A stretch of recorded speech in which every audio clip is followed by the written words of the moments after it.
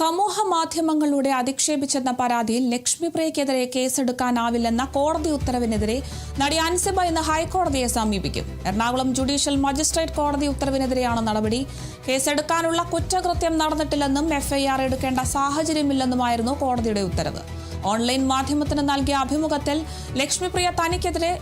ലക്ഷ്മിപ്രിയ വ്യാജ പ്രചരണങ്ങൾ നടത്തിയെന്നും അധിക്ഷേപ പരാമർശങ്ങൾ നടത്തിയെന്നും ആരോപിച്ചാണ് അൻസിബ പാലാരിവട്ടം പോലീസിനെ സമീപിച്ചത്. തുടർന്ന് കേസെടുക്കാനുള്ള സാഹചര്യമില്ലെന്ന് ചൂണ്ടിക്കാട്ടി പോലീസ് കോടതിയിൽ റിപ്പോർട്ട് നൽകിയിരുന്നു.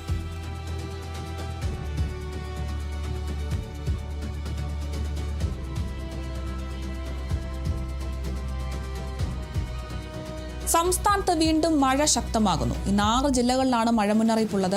എറണാകുളം, തൃശൂർ, മലപ്പുറം, കോഴിക്കോട്, കണ്ണൂർ, കാസർഗോഡ് ജില്ലകളിലാണ് മഞ്ഞ മുന്നറിയിപ്പ് പ്രഖ്യാപിച്ചിരിക്കുന്നത്.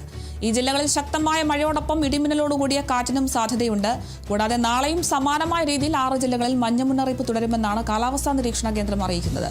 നാളെ പത്തനംതിട്ട, കോട്ടയം, എറണാകുളം, കോഴിക്കോട്, കണ്ണൂർ, കാസർഗോഡ് ജില്ലകളിലാണ് മഞ്ഞ മുന്നറിയിപ്പുള്ളത്. ഈ മാസം 31 വരെ മഴ തുടരുമെന്നാണ് കാലാവസ്ഥാ വകുപ്പിന്റെ പ്രവചനം. ബംഗാൾ ഉൾക്കടലിലെ തീവ്ര ന്യൂനമർദ്ദവും അറബിക്കടലിലെ ചക്രവാത ചുഴിയുമാണ് മഴയ്ക്ക് കാരണം.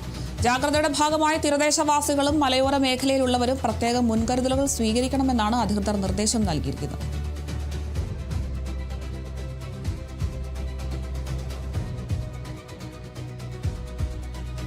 കിഴക്കൻ ഡൽഹിയിൽ യമുന നദിയിൽ കുളിക്കാനിറങ്ങിയ 4 കുട്ടികളെ കാണാതായി. ഒരാളുടെ മൃതദേഹം കണ്ടെത്തി.